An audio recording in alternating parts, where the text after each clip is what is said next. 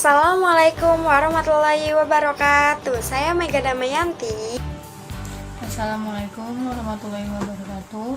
Nama saya Rifanisa Koratnestia dari PGSD kelas 2C kelompok 7. Halo teman-teman, perkenalkan nama saya Dea Mahdayana dari kelas 2C PGSD.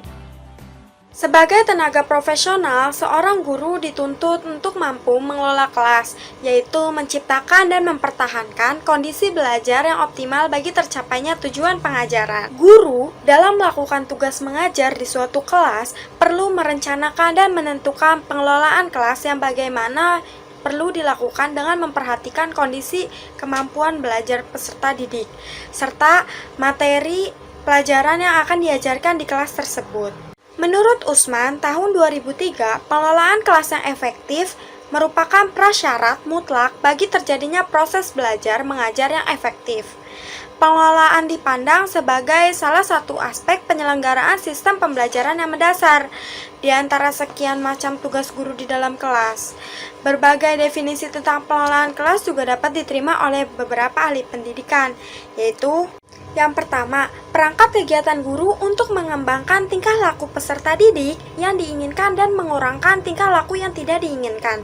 Yang kedua, seperangkat kegiatan guru untuk mengembangkan hubungan interpersonal yang baik dan iklim sosio-emosional kelas yang positif. Dan yang ketiga, seperangkat kegiatan guru untuk menumbuhkan dan mempertahankan organisasi kelas yang aktif. Pengelolaan kelas ini akan menjadi sederhana untuk dilakukan bagi seorang guru apabila guru tersebut memiliki motivasi yang tinggi. Dan guru mengetahui bahwa gaya kepemimpinan situasional akan sangat bermanfaat bagi guru dalam melakukan tugas mengajarnya. Dengan demikian, pengelolaan kelas tidak dapat terlepas dari motivasi kerja guru, karena dengan motivasi kerja guru ini akan terlihat sejauh mana motif dan motivasi guru untuk melakukan pengelolaan kelas. Sedangkan dengan gaya kepemimpinan guru yang tepat yang digunakan dalam pengelolaan kelas akan mengoptimalkan dan memaksimalkan keberhasilan pengelolaan kelas tersebut. Menurut Usman, pengelolaan kelas mempunyai dua tujuan, yaitu tujuan umum dan tujuan khusus. Tujuan umum pengelolaan kelas adalah menyediakan dan menggunakan fasilitas belajar untuk bermacam-macam kegiatan belajar mengajar agar mencapai hasil yang baik. Sedangkan tujuan khususnya adalah mengembangkan kemampuan peserta didik dalam menggunakan alat-alat belajar, menyediakan kondisi yang memungkinkan peserta didik bekerja dan belajar, serta membantu peserta didik untuk memperoleh hasil yang diharapkan. Dengan demikian, dapat disimpulkan bahwa tujuan pengelolaan kelas adalah menyediakan, menciptakan, dan memelihara kondisi yang optimal di dalam kelas, sehingga peserta didik dapat belajar dan bekerja dengan baik. Selain itu juga, guru dapat mengembangkan dan menggunakan alat bantu belajar yang digunakan dalam proses belajar mengajar, sehingga dapat membantu peserta didik dalam mencapai hasil belajar yang diinginkan. Secara umum, faktor yang mempengaruhi pengelolaan kelas dibagi menjadi dua, yaitu faktor intern dan faktor ekstern peserta didik. Menurut Jamara 2006, faktor intern peserta didik berhubungan dengan masalah emosi, pikiran, dan perilaku kepribadian peserta didik. Dengan ciri-ciri khasnya masing-masing menyebabkan peserta didik berbeda dari peserta didik lainnya secara individual. Perbedaan secara individual ini dilihat dari segi aspek, yaitu perbedaan biologis, perbedaan intelektual, dan perbedaan psikologis. Sedangkan faktor ekstern peserta didik terkait dengan masalah suasana lingkungan belajar, penempatan peserta didik, pengelompokan peserta didik, jumlah peserta didik, dan sebagainya. Jamara pada tahun 2006 juga menyebutkan dalam rangka memperkecil masalah gangguan dalam pengelolaan kelas dapat dipergunakan prinsip-prinsip sebagai berikut. Yang pertama, ada hangat dan antusias. Seorang guru yang hangat dan akrab pada anak didik selalu menunjukkan antusias pada tugasnya atau pada aktivitasnya akan berhasil dalam mengimplementasikan pengelolaan kelas. Yang kedua, ada tantangan. Penggunaan kata-kata, tindakan, cara kerja, atau bahan-bahan yang menantang akan meningkatkan gairah peserta didik untuk belajar, sehingga mengurangi kemungkinan munculnya tingkah laku yang menyimpang. Yang ketiga, ada bervariasi. Bervariasi ini berupa penggunaan alat atau media, gaya mengajar guru, pola interaksi guru dan anak didik, akan mengurangi munculnya gangguan, meningkatkan perhatian peserta didik. Kevariasian ini merupakan kunci utama untuk tercapai pengelolaan kelas yang efektif dan menghindari kejenuhan. Keempat, ada keluasan. Keluasan tingkah laku guru untuk mengubah strategi mengajarnya dapat mencegah kemungkinan munculnya gangguan peserta didik, serta menciptakan iklim belajar mengajar yang efektif. Keluasan pengajaran ini dapat mencegah munculnya gangguan seperti keributan peserta didik, tidak ada perhatian, tidak mengajarkan tugas, dan sebagainya. Yang kelima, ada penekanan pada hal-hal yang positif. Pada dasarnya, dalam mengajar dan mendidik, seorang guru menekankan pada hal-hal yang positif dan menghindari pemusatan perhatian pada hal-hal yang negatif. Penekanan pada hal-hal positif ini yaitu penekanan yang dilakukan seorang guru terhadap tingkah laku peserta didik yang positif daripada mengomeli tingkah laku yang negatif. Penekanan tersebut dapat dilakukan dengan pemberian penguatan yang positif dan kesadaran guru untuk menghindari kesalahan yang dapat mengganggu jalannya proses belajar mengajar. Dan yang terakhir, ada penanaman disiplin diri. Tujuan akhir dari pengelolaan kelas adalah anak didik yang dapat mengembangkan disiplin diri sendiri. Jadi, seorang guru harus disiplin dalam segala hal bila ingin anak didiknya ikut berdisiplin dalam segala hal. Dalam pelaksanaan pengelolaan kelas akan ditemui berbagai faktor penghambat. Yang pertama, ada masalah yang ada dalam wewenang guru. Seorang guru bidang studi yang sedang mengelola proses belajar mengajar dituntut untuk dapat menciptakan, memperhatikan, dan mengembalikan iklim belajar kepada kondisi belajar mengajar yang menguntungkan kalau ada gangguan, sehingga peserta didik berkesempatan untuk dapat mengambil manfaat yang optimal dari kegiatan belajar yang dilakukannya. Kegiatan tersebut meliputi cara mengatur tempat duduk peserta didik disesuaikan dengan format belajar, membina raport yang baik dengan peserta didik, memberi pujian, memberi hadiah kepada peserta didik yang menyelesaikan tugas dengan benar sebelum waktunya, menegur peserta didik yang mengganggu teman di sebelahnya, mendamaikan peserta didik yang bertengkar pada jam pelajaran yang sedang berlangsung, dan sebagainya. Yang kedua, ada masalah wewenang sekolah. Masalah-masalah yang ada di bawah wewenang sekolah ini berupa pembagian ruangan yang adil untuk setiap tingkat atau jurusan, pengaturan upacara bendera pada setiap hari Senin dan bila pada hari itu terjadi hujan lebat, menegur peserta didik yang selalu terlambat pada saat apel bendera, mengingatkan peserta didik yang tidak mau memakai seragam sekolah, menasihati peserta didik yang rambutnya gondrong, memberikan peringatan keras kepada peserta didik yang merokok di kelas atau di sekolah dan suka minum minuman keras. Yang ketiga, ada masalah-masalah yang ada di luar kekuasaan guru dan sekolah. Dalam mengatasi masalah semacam ini, mungkin yang harus terlibat adalah orang tua. Masalah-masalah tersebut dapat berupa minum minuman keras di luar rumah, nonton film di luar batas umur, bergerombol di jalan dan membuat keributan, pencurian, penjambretan, penodongan, dan pemerasan. Selanjutnya, kita akan membahas tentang klasifikasi administrasi kelas. Nah, dalam standar sarana dan prasarana, terdapat dua bagian antara lain yaitu 1. Administrasi pajangan atau dinding, dan 2. Administrasi di atas meja guru. Nah, yang pertama itu adalah administrasi dinding atau pajangan. Di antaranya adalah absensi kelas, tata tertib sekolah, struktur organisasi kelas, daftar mata pelajaran, dan lain sebagainya. Nah, selanjutnya adalah administrasi di atas meja guru. Terdapat program semester, program tahunan, silabus, RPP, program jangka pendek, program jangka menengah, buku bank soal, daftar nilai, dan lain sebagainya. Nah, selanjutnya kita akan mempelajari tentang pengaturan ruang belajar. Nah, di dalam pengaturan ruang belajar, kita itu harus memperhatikan beberapa hal sebagai berikut, yaitu 1. Bentuk dan ukuran kelas. Yang kedua adalah bentuk dan ukuran bangku dan meja para siswa. Yang ketiga adalah jumlah siswa di dalam kelas. Keempat adalah jumlah siswa dalam setiap kelompok.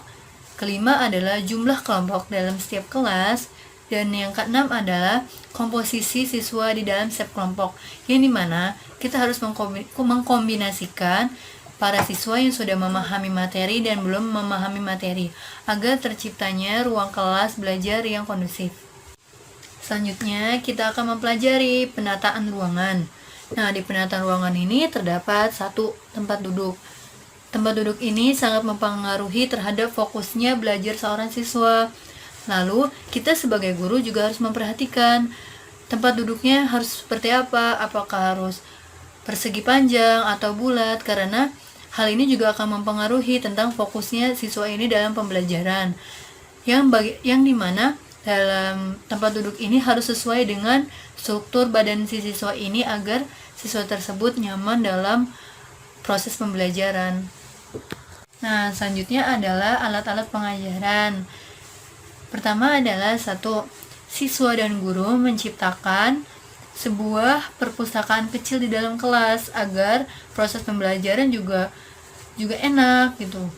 Nah, dimana di saat misalkan nih di saat siswanya sedang bosan ataupun lagi nggak ada kerjaan, nah di dalam kelas itu sudah tercipta sebuah perpustakaan, jadi akan tergugah untuk si siswa tersebut untuk membaca buku atau tidak mereview lagi pelajaran-pelajaran yang telah ia pelajari sebelumnya. Nah, selanjutnya adalah alat-alat peraga atau media pembelajaran, yang dimana alat-alat atau media pembelajaran ini harus ditaruh di kelas agar memudahkan atau pengaturan gitu dalam proses pembelajaran siswa. Nah, selanjutnya adalah papan tulis dan juga proyektor. Di zaman sekarang itu kan juga di beberapa SD juga sudah menggunakan komputer, yang dimana juga menggunakan proyektor. Nah, kita itu harus memperhatikan estetika penempatannya dan juga kontrasnya, apakah cocok ditaruh di sini, apakah bagus atau enggak, terjangkau tidak oleh para siswa, agar siswa juga mudah dalam mencerna pelajaran-pelajaran yang telah guru paparkan. Nah, selanjutnya adalah papan presensi. Nah, papan presensi ini juga sangat penting, oleh karena itu papan presensi ini harus ditaruh di depan agar siswa juga melihat setiap harinya bagaimana perkembangannya. Nah, selanjutnya adalah penataan dan keindahan kelas, yang dimana penataan kelas ini juga sangat penting agar terciptanya ruang kelas yang kondusif, yang indah gitu. Jadinya para siswa dan juga guru nyaman dan aman berada di dalam kelas. Oleh karena itu kita harus menjaga estetika keindahan kelas, yaitu dengan menaruh gambar-gambar para pahlawan, gambar presiden dan wakil presiden, gambar teks proklamasi, gambar hasil gambar para siswa, peta, dan juga lain sebagainya. Biar kelas juga lebih asri lagi, kita juga boleh tuh naro-naro tanaman kecil yang bisa ditaruh di dalam ruangan agar kelas juga terlihat indah dan asri gitu, berseri. Jadinya kita juga semangat gitu dalam belajar, dalam melakukan segala hal di dalam kelas. Nah, selanjutnya adalah penempatan lemari, yang dimana kalau untuk rak buku kita taruh paling depan, di depan kelas, agar kalau misalnya kita mau nyari buku ya gampang, tinggal ke depan. Selanjutnya adalah alat peraga atau media pembelajaran lainnya. Nah, kita bisa taruh di belakang tuh, biar tidak mengganggu proses pembelajaran jika alat peraganya itu juga tidak digunakan. Lalu ada pemeliharaan kebersihan. Nah, yang dimana sebelumnya kita sebagai guru juga harus membuat dulu jadwal piket para siswa. Nah, kalau misalkan udah dibikin nih jadwal piket para siswa, baru nih para siswa mengerjakan tugasnya masing-masing. Di hari Senin, Selasa mereka mengerjakan tugasnya, yaitu membersihkan kelas. Nah, setelah itu tanggung jawabnya kita adalah untuk memeriksa apakah sudah bersih atau tidak, terus apakah kelas tertib atau tidak. Selanjutnya adalah penataan, ventilasi, dan tata cahaya. Nah, di mana dalam ventilasi udara di dalam kelas itu juga sangat penting, karena kan harus memperhatikan sirkulasi udara ya, agar terciptanya ruang yang kondusif juga, agar juga para siswa juga nyaman dalam pembelajaran di dalam kelas. Setelah itu juga ruangan ini juga harus bebas rokok gitu, karena kan ini isinya ruang kelas isinya adalah para siswa. Nah, di dalam itu juga harus terjamin gitu kesehatannya para siswa. Setelah itu adalah tata cahaya, di mana tata cahaya ini juga sangat penting biar tuh nggak terlalu gelap dan nggak terlalu sumpek juga di dalam kelas tersebut. Selanjutnya adalah kegiatan administrasi kelas. Nah, dimana jika pengorganisasian administrasi kelas atau pengelolaannya baik dan menarik, hal tersebut juga dapat menimbulkan semangat belajar siswa dan juga dapat memungkinkan tercapainya hasil belajar siswa juga yang baik. Lalu selanjutnya terdapat 8 aspek pengelolaan kelas, yaitu yang pertama, satu, kita harus mengabsen siswa secara berkala gitu. Kayak misalkan kita harus melihat nih, setiap hari kita harus ngabsen. Nah, kita harus lihat apakah ada siswa yang jarang masuk, misalkan dari hari Senin sampai hari Rabu dia nggak masuk. Nah, kita harus menanyakan mengapa siswa tersebut tidak masuk. Nah, selanjutnya adalah mengumpulkan, memeriksa, dan memberikan nilai kepada hasil pekerjaannya siswa. Nah, di mana kita juga harus mengapresiasi nih, memberikan evaluasi sejauh mana siswa tersebut memahami pelajaran. Oleh karena itu kita mengapresiasinya dengan memberikan nilai sesuai dengan hasil kerja siswa tersebut. Selanjutnya adalah pendistribusian bahan dan alat. Kayak misalkan nih, di dalam praktik IPA apa saja yang kita butuhkan. Kayak misalkan kita pengen pengoperasian katak gitu. Nah, kita butuh apa aja, tapi sebelumnya itu kita siapkan dulu alat-alatnya. Setelah itu kita kasih tahu alat ini untuk apa, baru kita mempraktikannya. Setelah itu adalah kita juga harus mengambil gitu ya, menerima informasi dari siswa, menyimpan data-data para siswa. Kita juga harus memiliki arsip gitu, memiliki arsip nilai, arsip proses pembelajarannya si siswa ini. Setelah itu kita juga harus memaparkan materi. Setelah kita membuat silabus, kita membuat RPP, kita memaparkan materi apa saja yang harus kita jelaskan sesuai dengan konteksnya masing-masing. Setelah itu kita memberikan tugas atau PR untuk pekerjaan siswa di rumah agar memberikan waktu produktivitas siswa ini di dalam rumah. Nah, selanjutnya adalah pengelolaan laboratorium. Nah, di mana laboratorium ini terdapat 2 jenis, antara lain yaitu laboratorium komputer yang berisi komputer, LCD, dan headphone. Nah, di dalam lab komputer ini adalah untuk menunjang kualitas para siswa dalam bahasa Indonesia maupun bahasa asing lainnya untuk mengikuti arus globalisasi. Lalu setelah itu ada lab IPA, yang dimana lab IPA ini berisi alat-alat mikroskop, alat-alat fisika, dan juga alat-alat biologi. Lalu ada yang namanya koordinasi laboratorium atau korlab. Nah, di mana si korlab ini adalah memiliki tanggung jawab penuh atas pengorganisasian seluruh laboratorium di dalam kelas. Nah, biasanya nih yang memegang korlab atau jabatan ini adalah wakil kepala sekolah bidang sarana dan prasarana. Lalu ada yang namanya perencanaan ruang laboratorium. Nah, di sini itu kita harus memperhatikan juga jenis kebutuhan lab tersebut dan harus sesuai dengan ketentuan kurikulum. Karena hal ini juga bersangkutan kepada kebutuhan kita dan juga tata tertib yang telah berlaku. Selanjutnya adalah perencanaan jumlah laboratorium. Nah, di mana kalau misalkan kita ingin membuat sebuah laboratorium, kita juga harus menghitung berapa jumlah siswa dan jumlah kelompok siswa yang akan memanfaatkan laboratorium tersebut. Karena jumlah siswa ini juga sangat mempengaruhi terhadap jumlah laboratorium. Setelah itu adalah perencanaan dalam pembangunan luas tanah dalam membuat laboratorium. Lalu ada perencanaan alat kebutuhan. Nah, di dalam lab ini pasti ada yang namanya alat kebutuhan sesuai dengan jenis dan jumlah siswa. Karena kita juga nih dalam membuat gitu ya kebutuhan lab ini, kita juga harus menghitung jumlah siswa yang membutuhkan agar tidak kurang dan juga tidak berlebihan. Nah, untuk kebutuhan laboratorium ini terdiri dari 2 macam, antara lain kebutuhan umum dan khusus. Kalau misalkan kebutuhan umum itu berdasarkan dengan pemakaiannya. Kalau misalkan dengan kebutuhan khusus, yaitu berdasarkan dengan keterkaitan antara materi pembelajaran. Lalu ada organisasi prasarana ruang laboratorium.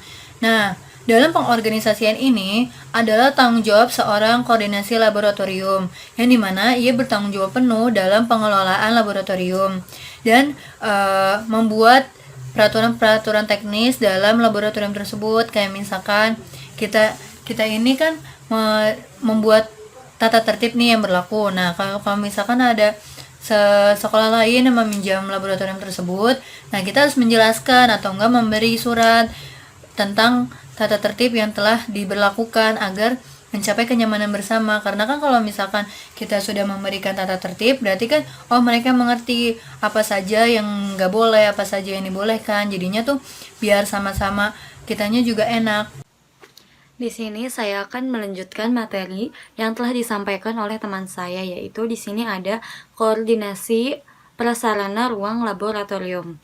Nah, maksud dari koordinasi di sini yaitu di dalam ruang laboratorium pasti ada satu orang yang bertanggung jawab atau beberapa orang yang bertanggung jawab atas ruang laboratorium tersebut. Contohnya di lingkungan sekolah menengah atas atau SMA, di situ ada ruang laboratorium biologi. Nah, jadi di dalam ruang laboratorium biologi itu dipegang oleh atau dikoordinasi oleh guru biologi itu sendiri. Di sini koordinasi atau guru yang memegang peranan penting dalam ruang laboratorium tersebut wajib mengecek misalkan kalau ada barang-barang yang rusak atau yang pecah seperti itu. Nah, selanjutnya di sini ada pelaksanaan prasarana ruang laboratorium. Nah, maksud dari pelaksanaan prasarana ruang laboratorium ini yaitu yang mengkoordinasi ruang laboratorium tersebut harus membuat jadwal-jadwal praktikum atau praktik-praktik agar ruang laboratorium tersebut tidak dipakai setiap hari. Mengapa? Karena ruang laboratorium itu kan harus steril, harus terjaga kebersihannya, dan juga untuk membuat alat-alat yang ada di ruang laboratorium tersebut steril dari zat-zat kimia berbahaya. Nah, teman-teman, selanjutnya di sini ada pengendalian atau pengawasan prasarana ruang laboratorium. Nah, maksud dari pengendalian atau pengawasan prasarana ruang laboratorium di sini, seorang koordinir atau yang mengkoordinasi ruang laboratorium tersebut wajib mengendalikan ruang laboratorium tersebut pada saat dilangsungkannya praktikum. Contohnya, sebelum dilaksanakannya praktikum, seorang koordinir wajib mengecek bahan-bahan yang akan digunakan untuk praktikum itu sendiri. Dan juga selain bahan-bahan, seorang koordinir wajib mengecek alat-alat yang akan digunakan untuk praktikum. Contohnya misalkan alat tersebut apakah sudah bersih, apakah sudah siap untuk dijadikan sebagai praktikum. Nah, selain itu, seorang koordinir atau yang mengkoordinasi ruang laboratorium tersebut wajib untuk mengatur, mengelola, dan bertanggung jawab atas ruang laboratorium tersebut. Selain alat-alat atau bahan-bahan atau alat lainnya yang ada di dalam ruang laboratorium tersebut, seorang koordinir juga harus bertanggung jawab atas murid-muridnya. Apakah murid-muridnya tersebut ada yang terluka atas bahan kimia atau tidak. Nah, yang terakhir di sini ada persyaratan membangun laboratorium di sekolah. Nah, di sini persyaratannya itu ada 5 menurut Menteri Pendidikan Nasional nomor 24 tahun 2007 tanggal 28 Juni tahun 2007. Nah, persyaratan pertama di sini ada laboratorium tidak boleh dibangun di arah mata angin karena untuk menghindari terjadinya pencemaran udara.